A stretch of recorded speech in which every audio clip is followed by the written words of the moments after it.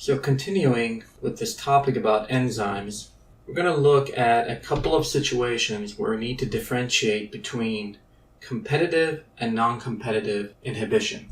So let's say that I have this molecule A, and I know this molecule will either inhibit or will activate an enzyme. So we're studying this enzyme. So it's a specific enzyme, it's a protein, it has catalytic activity, and this enzyme will catalyze the following reaction. We'll just call it substrate to product to keep things simple and straightforward. Now, to see if this molecule A actually inhibits or activates its enzyme, the only thing we have to monitor is the appearance of product or the disappearance of substrate. So if I put the substrate with the enzyme, if the concentration of substrate starts to go down, that means that product is being made.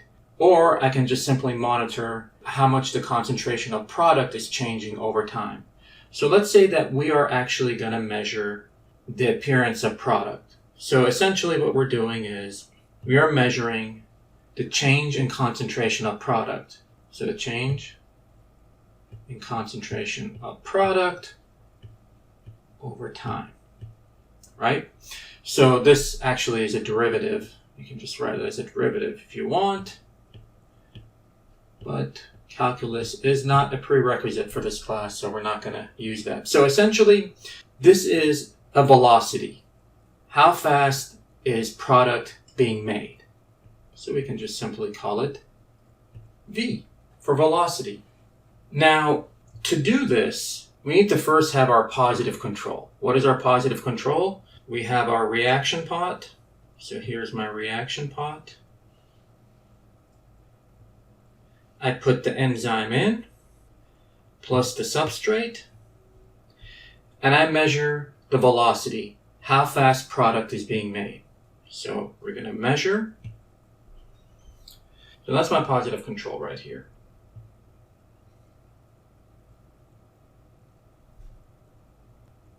So the next thing we're going to do is we're going to add our enzyme.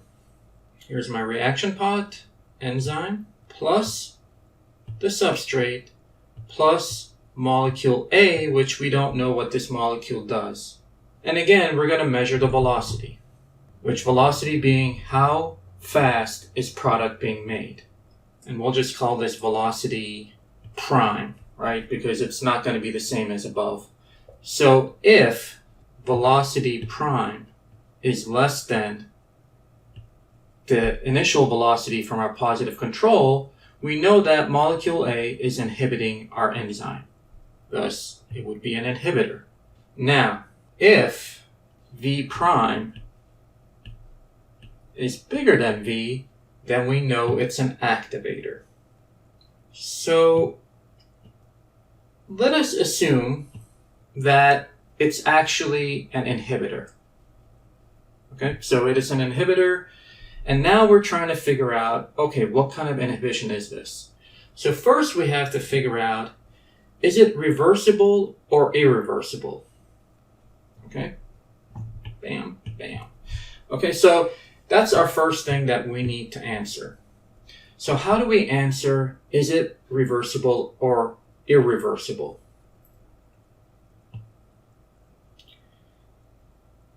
Well, we know, based on our enzymatic pathways that we drew before, that enzyme plus substrate gives us enzyme substrate, which gives us enzyme product, which then gives us enzyme plus product. Now we knew the inhibitor will bind to the enzyme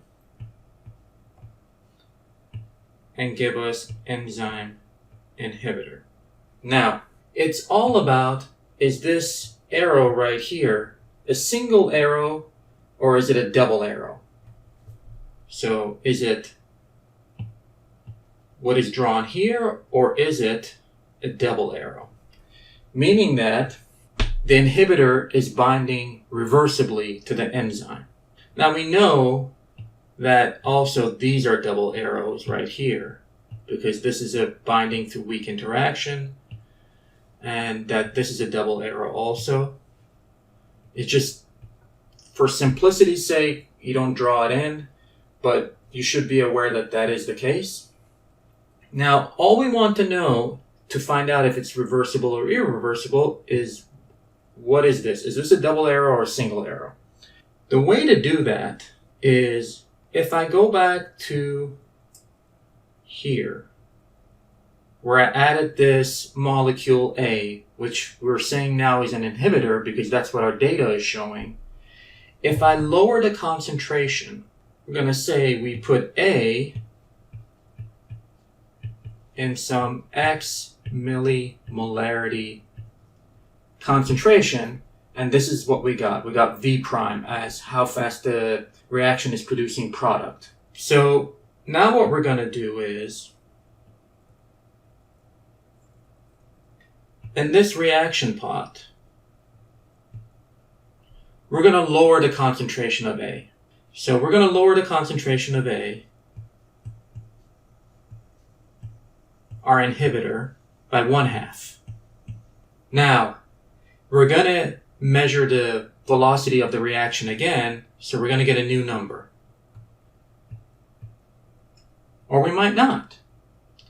So if the number here equals to the number before, when we added the inhibitor at twice the amount, then we can say that this inhibitor, the way it's working, is through an irreversible manner, meaning that the inhibitor is covalently bound now to the enzyme, and it's stopping it from working, and lowering the concentration of inhibitor has no effect. If the velocity increases, because we lowered the concentration, then we know it's reversible, meaning that by lowering the concentration of the inhibitor, there are less enzyme bound with inhibitor now, because there's less inhibitor.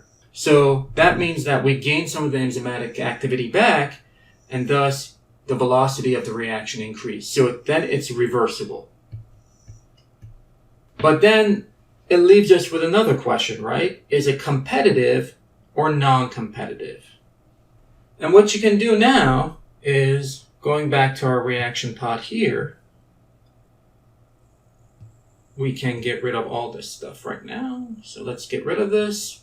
So we're going back to our reaction pot. We have A at X millimolarities in the reaction pot. And what we're going to do is, we're going to do a second reaction pot. So here's a second reaction pot. We're going to put the same amount of enzyme as above. We're going to put the same amount of A. So we're going to put A here. So A is going to be at X millimolarities. But we're going to put, let's say, twice as much of S than we have above there. Now, we're going to measure the velocity again, and we're going to get a new velocity. So, V double prime. Now, if V double prime equals V prime, then we know that this is non-competitive. Why? Because E plus S gives us ES, gives us EP, which then gives us E and the product.